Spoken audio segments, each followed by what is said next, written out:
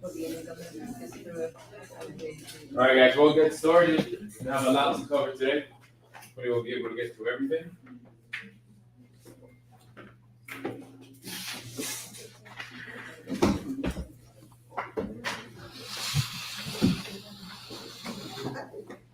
Couple of announcements as we are.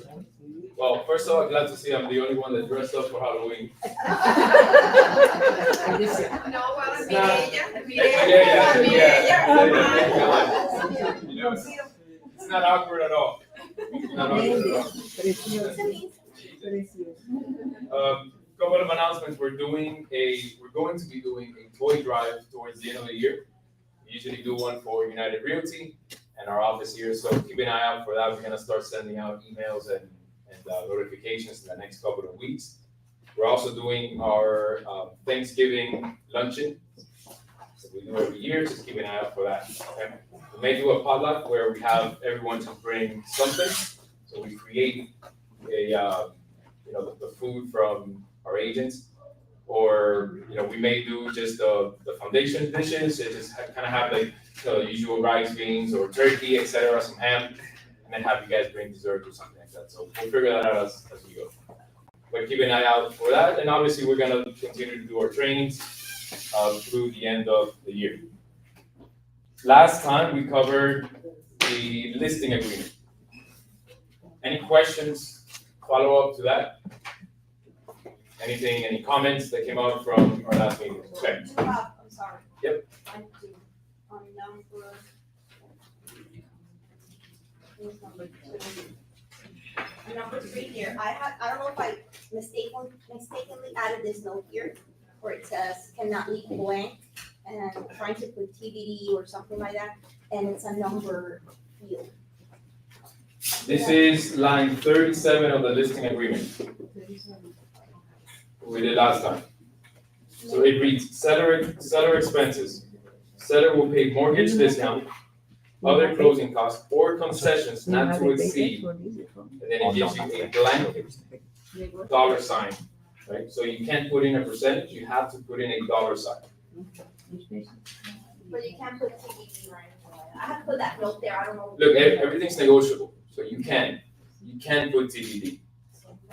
Right. You can, yes, right? What you can't do is if the seller tells you, I'm not paying any of this, and you now go up to your negotiations and you tell the buyer's agent that yes, seller is paying something like this, right? What I was saying is when you go on transaction that you can't actually type TBD. Do a dollar.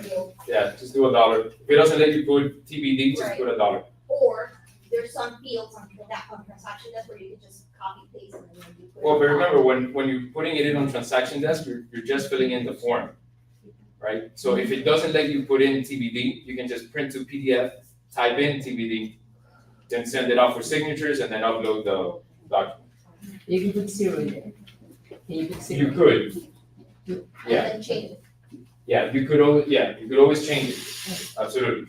So if the seller tells you I'm not paying any concessions, compensation, etc., nothing, and we get an offer above listing price, and they're asking us to pay for the buyer's agent commission, I would go back to this, initial a change, or just add an addendum, do a modification, and just do that, right? But everything's negotiable at the end of the day. Okay? As long as every party knows what's going on, and you're not negotiating against the seller's wishes, you should be fine. Any other questions? Okay, good. So the changes for compensation went into effect as of August. So it's been, thank you for dressing up, Erica. It makes it less awkward now. Don't want it. So changes went into effect August. It's been a full 2 or 3 months since everything's done in. Have you guys noticed any changes in your business? Has anything changed? No. Exactly. Business as usual, right? A lot of these changes, we were a little bit scared, we were skeptical, right? A lot of questions, a lot of unknowns, still a lot of unknowns, a lot of things changing as we go. But at the end of the day is business as usual. Nothing really changed. The only thing that changes is, the way we disclose compensation, phase one, some extra addendums and forms that we need to get signed, but other than that, it's been business as usual.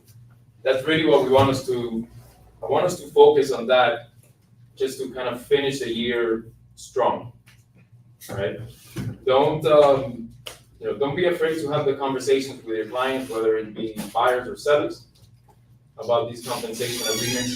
It's not a big deal. It's been the same always. It's been negotiable. The only thing that changes now is just having that extra conversation and the extra form signed. Right? So, yeah, nothing changes really. Everything's business as usual. So, going back to the listing agreement that we reviewed on our last workshop, there's two ways a seller could be compensated. There's two ways a seller can compensate the buyer's broker, right? What are those two ways?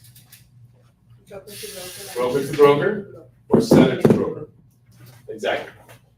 So going off of seller to broker, that means that on the listing agreement, the seller is only paying the listing agent. And when the buyer's agent comes through, the buyer's broker will be paid directly from the seller. Typically, that commission tends to be, or that commission paid to the listing agent tends to be 3% or less, whatever is negotiated, everything's negotiable. And when it's broker to broker, then you typically see what we've seen before, which is a 5 to 6% total. And then you'd have to negotiate direct broker to broker compensation. There are forms that you need to get signed when it's broker to broker. And we went over briefly last time, and it was the broker to broker compensation agreement. And you guys have to be sure that, number one, you have to have a buyer's compensation agreement signed, right? There's no way around that. We need that signed so that we can get paid as buyer's agents. For any comments on that? I have a question. What is the difference for the buyer's agent at the moment of closing? What is the difference between sellers pay the buyer broker or the listing broker pay the agent broker? For us, there is no difference. For the buyer agent Yeah. at the moment of closing. There is no No difference difference. at that point. I can go and get my check at closing as a buyer agent. It's a buyer's agent. Nothing changed. Nothing changed. You have to have your buyer broker Yeah. agreement signed. Yeah. It needs to be dated before your offer was made, or actually before you started showing properties to your clients. Right? So don't, just because you know your client, don't start showing properties unless you have the buyer broker agreement signed. Okay, guys, it's the law. That's just the way it works. That is the buyer's compensation agreement. Correct. Okay. And So if that I'm getting 6% and she's paying 3% to a buyer's agent, I have to have this buyer's agreement signed way before they get a listing. You gotta have the buyer's Compensation agreement. Correct. signed, okay. correct. And you need that before you start. Thank you, sir. And you send that to the title company, the buyer agent? Transaction desk. Okay, That's between Yeah. you and the buyer. okay. So, I meet a buyer, let's say, we sign up a exclusive buyer to broker agreement. Buyer agrees to pay us 3% to work with them and find them the property. We now go and show a listing, and the listing says that they're only paying 2.5% to the buyer's agent. Right, so we have a buyer broker agreement at 3%, seller is paying 2.5%. What happens? The buyer owes you 1,000. 0.5. What if the buyer doesn't have it? You can either do a modification agreement. Yeah. Or go after them. It's your choice to waive that commission from you. Exactly, so you can modify, but it's your choice to waive the 0.5. You can also finance it. Right, so keep that in mind also. our lenders allow us to, for example, if we need to, let's say the property is at 500,000, the seller's paying no compensation, the buyer's agent, or the buyer doesn't have money to pay the compensation, what are you gonna do, right? As long as we explain to the buyer that we can finance it through the purchase price and the property appraises, then we can do that.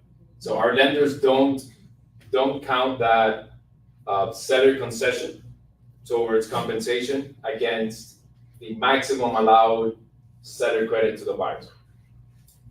Right, so that's one option. You can also, for example, if it's at 500,000 purchase price and we're doing a 3% buyer compensation and the buyer's paying it, but the buyer doesn't want to pay it or can't pay it, and they want to finance it, you just offer 515 and a seller credit back to the buyer for 15,000. That's your 3%, and essentially gets financed. Okay, as long as everyone's aware that that's happening, it's fine. Can you explain that part in the 515 what? So property's listed at 500, Mhm. and we want a 3%, or we have an agreement for 3% Mhm. from the buyer's compensation. Okay, $15,000. The buyer doesn't want to pay that at closing, or maybe they can't pay it at closing out of pocket. So you finance it. Instead of offering 500,000, you offer 515, right? Then you ask a seller to credit you back that $15,000. Okay. Okay. So you have to have a lot of pro bono, I mean, you have to like qualified plus then compensation then the buyer. Not plus compensation, it's all in the purchase price. Yeah, purchase price plus, It's the purchase price. So in that example, the buyer would qualify for a purchase of 515,000. they have to, it has to approve by 515 then. Correct. Yeah, but, I mean, we would know, right? If we're Yeah. doing the financing, we know what the client qualifies for. And as you're making the offer, I mean, you'd ask us, can we qualify 515? And we confirm, yes, you can. And then at that point, you'd be able to finance it. And Barry, that's a question. Just to make things simpler, let's say my client has no money, say, I got nothing. At that point, and even show the property, yeah, but I can go to the seller and say, look, there is a buyer, potentially, he wants to buy the property.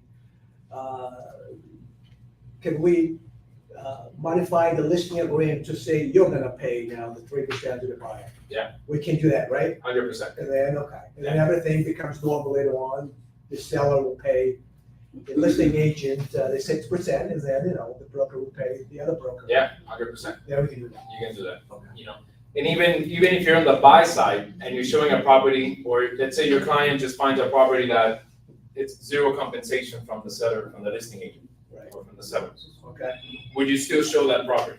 What would you do? Well, I had a situation where I had a listing, well, my seller's paying 6%, but they were asking me, is that a 3%? I said, yeah, that's what's being happening. It's negotiable. Remember, be very careful with the words, Negotiation. it's negotiable. Right, yeah, Okay. of course. So if your seller agrees to 3%, then yeah, that's fine, that's what it is. My question was more of if a seller just says, you have the listing, or even if you have the buyer and the seller says, we're not paying any compensation. You as the buyer's agent, do you still show that listing? No, because No, you don't wanna If I make said no money. money, I don't have it, so why? Are you gonna- I wouldn't. It's a little bit of a gray area, you have to be careful. So, You as an agent, and that's part of what the lawsuit settlement was about, cannot steer clients away from sellers that are not paying compensation. Oh, really? Yeah, so you have to be careful with not showing properties that sellers are not paying the compensation. However, if the buyer tells you, I don't have money to pay the compensation, I don't wanna see it, that's a different story. yeah, but we have that, Should we get in writing? Yeah, you could, I mean, look, Sure. text messages work just fine. Yeah. I like text messages over phone calls for things like that, just because it's, it's there. At the very least, you can go back and reference, hey, look, you said not to show you this property, right? On the other hand, everything's negotiable. So if you bring an offer above price, close in 21 days, conventional financing, etc., you can negotiate the seller to pay the extra 3%. Why not, right? Right. So I wouldn't necessarily just discard those properties that are paying zero. It may be an opportunity for you as a buyer's agent to be able to go into that property and get the property. You have some leverage, knowing that we can finance the 3% if we need to, I where think some that's a vendors good don't point. allow you to, right? I think that's a good part. Yeah. Point, the financing. Yeah. Because $15,000, because they say $15,000 is a lot of money to buy it. We can say, yeah, monthly it's gonna be like a $5 or $10 only adding to the It's monthly. it's not much monthly. Yeah, it's like a $10, I think, no? Yeah, something, look, as long as everyone's aware of what's happening and the way we're structuring it, and they're okay with it, you're fine, right? The problem becomes where you kind of, withhold information and, so just be careful. Disclosure is the best route. So, I found that some of these sellers that are paying zero comp, people are just not showing their properties. There are some good opportunities there for you guys to go in and be able to get those offers accepted. Right? Either offer above with seller credit or finance it via the purchase price. And seems to work. Any questions or comments? I have a question. Yes. Okay, what happened in the case that the seller, the owner of the property accept to pay 5%, and the listing agent, they put the property in the market, everything is already, and he decided not to pay the commission to the buyer's agent. He says, there's no commission, you ask your client for the new law, ask your client for commission. But what happens? The closing date, you see the hat, and the hat says that he's getting 5% commission. And the seller, what happened there? Yeah, that's tough. You guys heard that question? Yeah. That's not like I said, everybody. That's the listing agent. Dom? Everything for. Can I you think- repeat that, Mario? What's the question? Dom? I think he was asking to repeat the question. Oh, the question was, Then, okay. it was a long question, I can't repeat. Yeah. Okay, there's a property that is for sale. So the seller, the owner of the property accept to pay 5% commission. Broker to broker. Yes, but he said to the listing agent, pay the 5% commission, supposed to be 2.5 for one, 2.5 for the other. Now, the property is on the market, I saw the property, I called the listing agent, how much is the compensation, are you paying compensation? No. My client is not paying compensation. At the closing date, we see in the hat that he's getting the full 5%. How can we get or claim Yeah. compensation? So, a few things, right? Number one, it depends on the listing agreement, how it was structured. If the listing agreement says 5% to the broker, and then there's the other line that says how much they're willing to pay to the buyer's agent, then the seller can come back and say, this half belonged to the buyer's agent, or I'm just not paying it to you, I agreed to only pay you 2.5. So the seller can now make a claim and get their 2.5 back. Okay, that's one. Number two, Dom, you have a comment? I think a way to counter that is to, let's say the upfront call, he says no commission, right? Let's say the property's been on the market a few days, like maybe 2 months. You can lever the days on market. Not only that, but when you do send the offer, you can send it in the remarks section and you can just put seller to compensate buyer's agent, let's say 3%. The seller now, in good faith, or the listing agent is gonna have to bring that offer to the seller, right? He's gonna have to review it with him or her. And once that happens, now they're obviously gonna have to go to the line, the seller's going to read, oh, so they're asking for 3%, but I already agreed to give them 2.5%. So that way the seller it'll be in front of the seller, and then you can avoid the listing agent doing some shady, something shady in the back end, trying to keep the 5% for themselves. Yeah, there's also with your offer, I personally would submit either a seller to buyer's broker compensation agreement, Yeah, okay. or a broker to broker comp agreement. did I would say just that the I would just seller- include that in all of my offers. I did it, I just did it. Yeah. Okay. But he agreed to pay 2%. When he told me at the beginning, nothing, because, the property for my family, and, anyways, they send the offer with the compensation agreement of sellers to brokers, Uh-huh. whatever, and I wrote there 3%, they scratched it, and they put 2%. So Okay, from 0 to 2%, but at least we agree. Yeah. At least I have something on. exactly. So now you're covered for 2%. At least. Right, so now your buyer's broker agreement would say, so if you got a 3%, now the seller's paying 2%, and now the buyer owes you 1%. Yeah, but for example, the buyer, he said that he will pay. Okay, so now you have that understanding, so now you modify that agreement, and your commission total is 2%. Okay, But if you get that, did he send that to you in text, that it was two point So five? no, he said that it was 0 at first, Yeah. and then He told me that. she was able to get 2. And what was it But at I closing? knew that listing, he wanted to keep it, the whole thing, I knew. So that's why I asked Yeah, him. and I put it on. Look, it's tough, and some of these agents that are, bending the law and playing in the gray area, it's tough. Because by law, we have to present all of the offers that we receive. Unless they're verbal offers and we check off on the listing agreement that says do not present verbal offers. Every other offer that we get in writing, we have to present it. And I know you guys have come across agents that we send an offer and they just say, no, this is, you need to change this and send it back to me. And they haven't even presented. What are you gonna do, right? You can report them, sure, you can contact their broker, but at the end of the day, the best thing you can do is just submit the either seller to broker or broker to broker agreement, include your comp there. There's also an addendum GG, Georgia, G as in Georgia, right?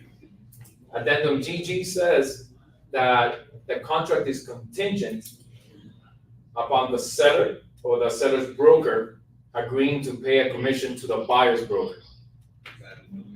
It says that, right? It doesn't say how much, but it does say that the contract is contingent of that. So you guys can use that addendum to your advantage. Okay? That's really happening in the market. Can you report that individual to the grievance committee? Yeah, I would report it to their, Because for the seller. I would, before going there, I'd go to their broker first and tell them this is happening.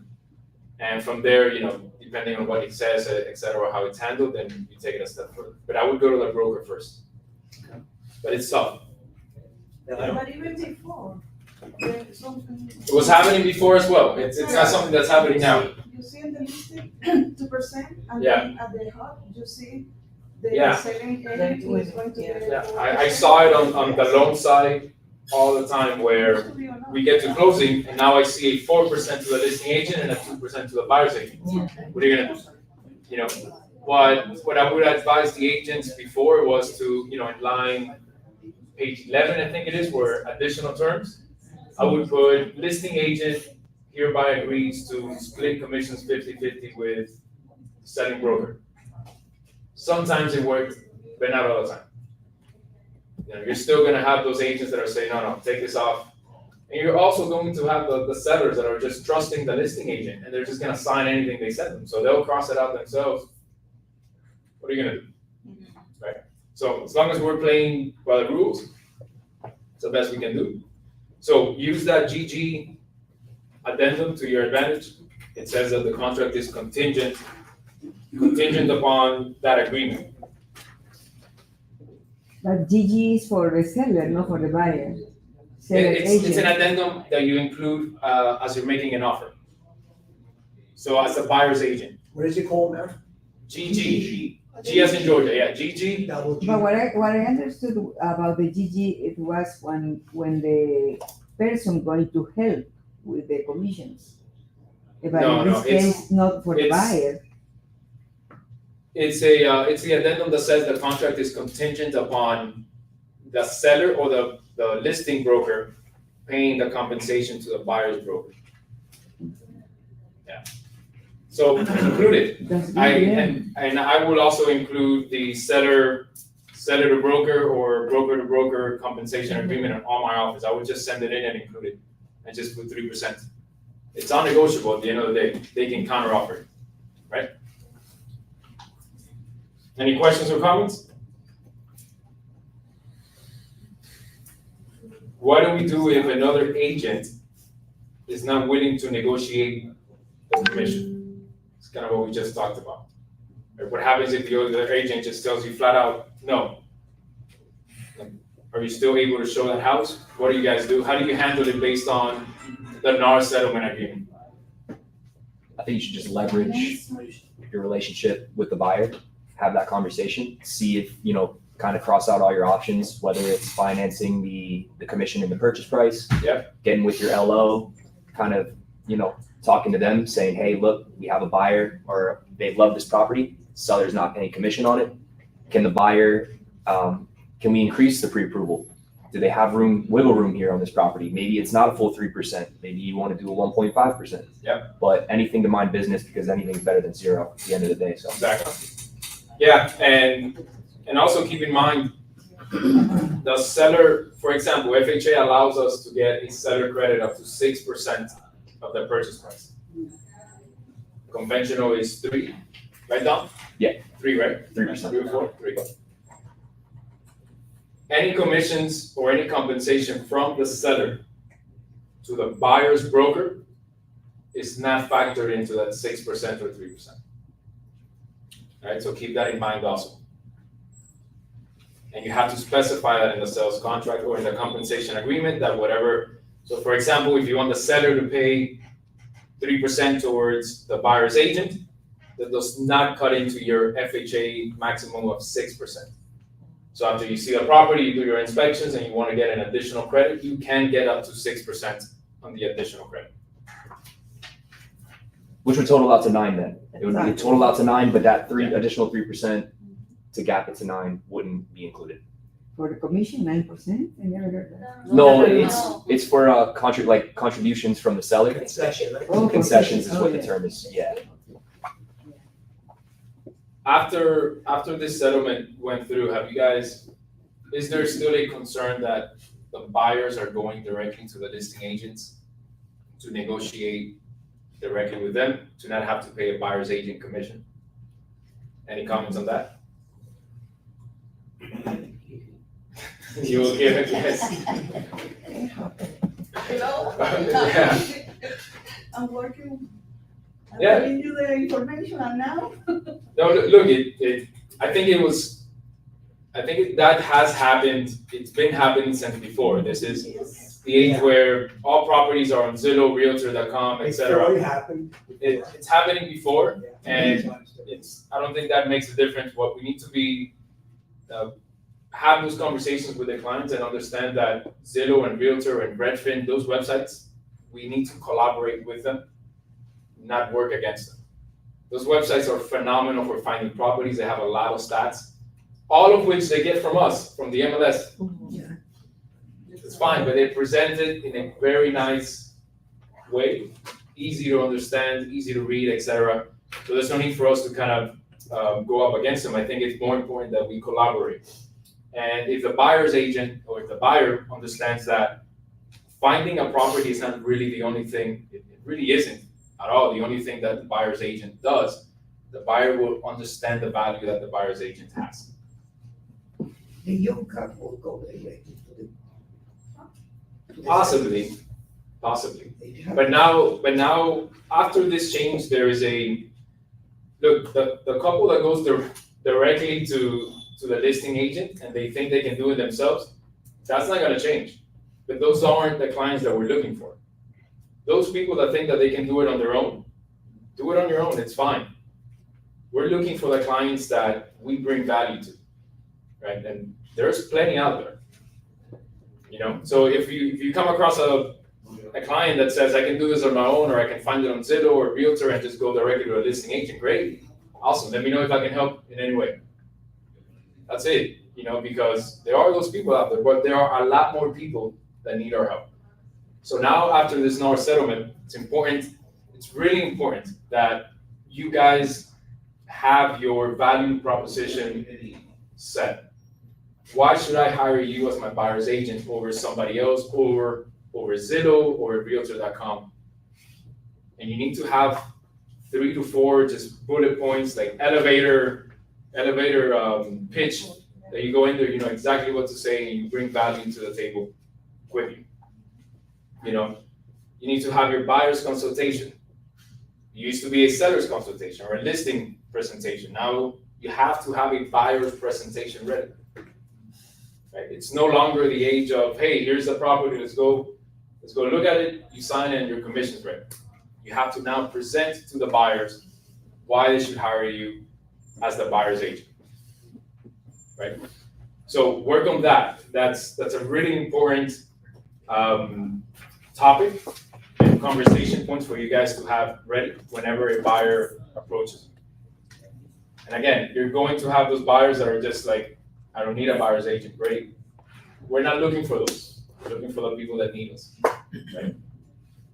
So it's important that you identify or start by identifying the needs of these buyers, the problem that they have, and the solution that you provide, right? And then from there, you'll be able to add value to these buyers, right? Whether it be helping them finance closing costs, whether it be, working, finding the perfect investment property, knowing the market, knowing the neighborhood, whether it be, going through all of the legalities of the as-is contract, keeping their deposit safe, et cetera, getting them to closing, to have all of those points ready. And how are you going to help them? Elevator pitch, 3 to 4 bullet points, and off you go. Questions, comments? On the buyer's broker agreement, right? So now we've met with a client, we met with a buyer, and you brought them in to pre-qualify, we sat down with them. By the way, I found that if we do the buyer's consultation together, me as the mortgage broker, you as the buyer's agent, we bring significantly more value to that buyer than if they were to do it on their own, or you guys on your own. The reason being is that we can have the conversations about financing and buying a property, you as the buyer's agent, me as the mortgage broker, together. And they can see the value in you significantly more because we work together as a team. So you bring the team to them, right? Lower rates, lower closing costs. If you can't afford it, we can finance it, right, et cetera. You as the buyer's agent, good negotiator, the legalities behind the contract. I can help with, extensions, legalities, et cetera. So if we do it together, it will help you guys get more buyer-broker agreements signed at full comp. So please bring us in, bring us into your meetings. We can go to your clients' houses, preferably here because we have all of our tools here. It's a little bit easier for us. But I'm available to go. Dominic is available to go. Erica, right? So if you guys come across a buyer, even a seller, that they're thinking about selling a property and buying the next one, they're going to have questions about financing. Just take us with you because we can address those questions there. Even if they don't do the financing with us, it's fine. They can see the value in you as an agent if you now bring your mortgage broker with you to address any questions they have. Many times the client will go to the bank, it's fine. It's no obligation, we're just there to provide information, bring value to them, right? On the buyer's broker agreement, and we'll probably go over this in either the next or the one after. I want to discuss the agencies and the differences, right? Are you going to be a single agent? Are you a transaction broker? How are we going to approach the buyer's broker agreement? What have you guys been doing so far? Transaction broker or single agent? Yeah, right. Yeah. I'm leaning, on the buy side. On the buy side, I like the single agent agreement a little bit better.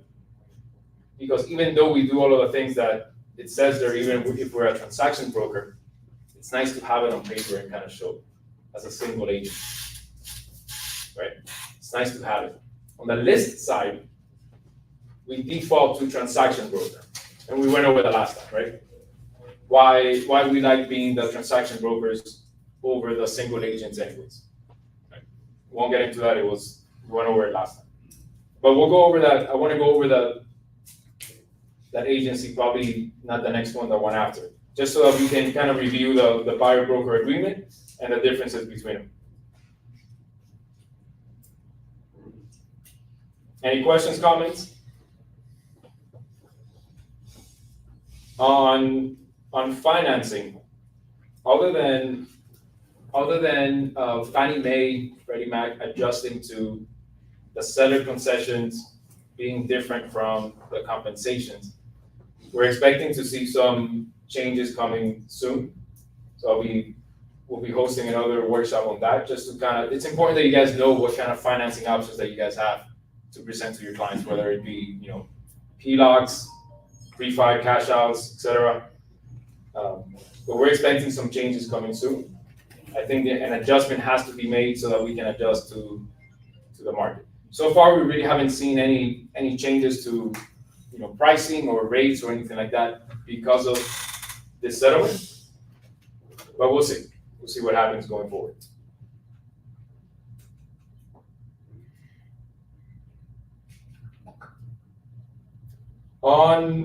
So one of the major changes that was done to our MLS was that the compensation field was removed. You guys noticed that, right? Remember, it wasn't removed for leasing and commercial, so, and vacant land. You still have vacant land compensation on there. So only residential properties, which is defined as 4 units or less. Okay. When they rolled out the removal of the percentage of commission, I remember the first week or two when they started implementing it, there was a drop down that you could select, and it said seller to provide buyer, or I think it was seller to provide agent incentive, and you can select concessions, yes or no. And now that's completely removed as well. Do you know why that was removed? They took it out. I didn't see any newsletters or any updates on why it was. We go off of whatever our MLS decides. Right? So this is the reason why we belong to the MLS. So they handle all of that legal stuff behind the scenes, and then they provide us with the forms, Florida approved forms and MLS approved forms for us to use. How do you guys, or have you made any adjustments to, if you have a listing, to showing how much buyer compensation is being paid? You guys want to share any ideas or thoughts about how to share? I've been getting calls from the other stuff. They're just asking you, right? Is there compensation? First question, Are they that's my experience. asking you how much? Yes. Okay. All right, anything else? On your social media, So which is not linked to your MLS. what we can't do is show compensation on anything ITX. So anything that uses our MLS search to, so like if we have like a realtor website, that's attached to the MLS. We can't show compensation there because it has that IDX search. But we can do it on our social media. You can do it on social media, you can do it on a separate website that doesn't have an IDX search. Okay. You can do it there. As long, the key is being connected to the MLS via IDX. Right, so, you have your standard generic real estate website, they all have the MLS search feature. Right, so it's a little bit, look, that it's a gray area in the sense that the search bar is here, but what if I go to, office listings and I manually put that in? Is that now legal for me to show the compensation there? Should be legal too. I'm sorry. Yeah, so if, like on my real estate website, search properties, boom, that's tied to IDX, but on a different tab, different page, like the same website, you now go to, Mario's listings, and then there I can show the compensation. Is that legal? Yeah. You said anything with IDX. Still. It's a different tab, The same website. but it's the same website. You said that for leasing, are you mentioning, I'm sorry, are you referring to rentals? Rentals, compensation, the compensation field should still be there, towards the bottom. You mean like the percentages? Yeah, that should still be there. It hasn't, we'll take a look, see if it changed recently. Yeah, So It's a good hour. what are some ways that you guys can show compensation to your listings? You have your website, separate from IDX, social media. Can I have a flyer at open houses and show compensation percentage? Yeah. Okay. Email blast. Email blast. Email blast words. I get a lot of them throughout the week, and the main subject line in asterisk, 3% to buyers agents, come on down. It works. Yeah. I see it, I'm like, oh. We'll show it. Yeah, what's up? Okay. You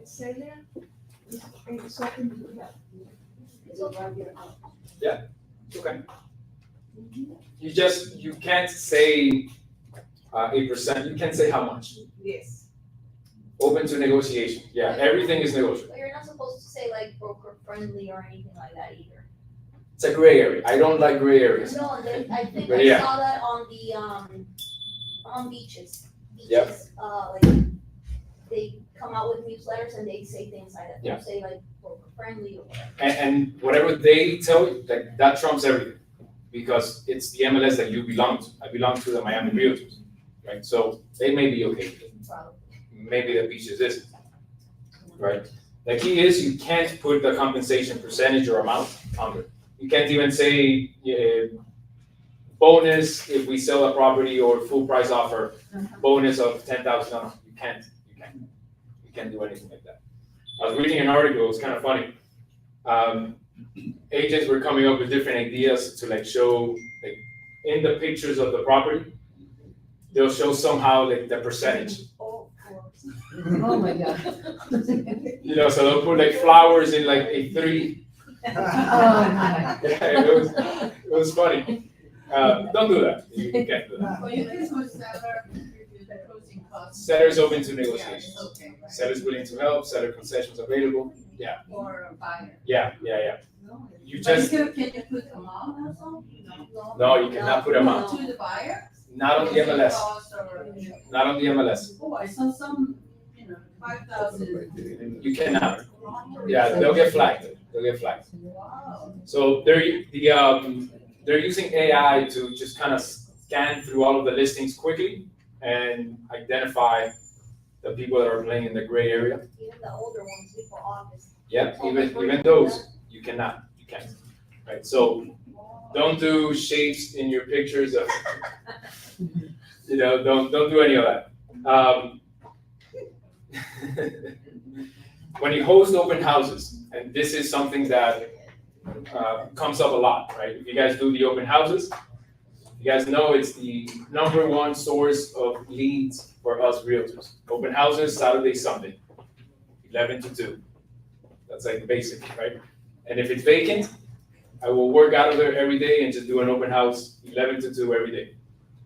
It's free marketing, free leads. People come into the open house. Even if you're working there Saturday, Sunday, you get one person coming through. It's one lead that you got that you didn't have before. It's an extra, what we call it, at bat. So, at bat referencing baseball, right? You get an at bat to hit the ball. Hopefully, you hit a home run. Anybody here follow baseball? Very happy that Yankees lost yesterday. Yes. Very happy that Yankees lost. So happy. So, open houses. When you guys are hosting your open houses and a buyer or a client comes in to see the open houses, do you need them to sign a buyer broker agreement or a showing agreement at the open house? Oh, really? Depends on what? Depends if what question they ask you and what information you can give them. Like what? Like if they ask you the general information, they told you they have the realtor, when they are talking about negotiation or something like that, you have to tell them to go to the realtor. Yeah. If they don't have a realtor and they want more information, you have to sign. Yeah. The document. You have to sign what? At least the showing they have the one. Yeah. So what does that tell you guys that you have to bring to all of your open houses? Showing agreement. Like what questions, like what triggers, okay, so what questions can we answer without having to sign? Is the price negotiable? Would the seller accept X offer? Is right? So now you are providing a buyer's agent service to this buyer. So whoever, every business, you have to have a showing agreement? Not necessarily, like she said, it depends. Oh, If they're just coming through to see the property, yeah, it's fine, okay. right? Like, I go to the open houses and I'm the mortgage broker. I don't need to ask anybody to have any agents or not. I just want to pre-qualify, right? So I don't need to get anything signed. But I can answer certain questions that I just know. So there's a benefit to kind of me going to these open houses, same thing with Dominic, Erica, because we're mortgage brokers or loan officers, loan originators, right? But you as an agent, if you're now providing a buyer's agent service, you have to have that agreement signed.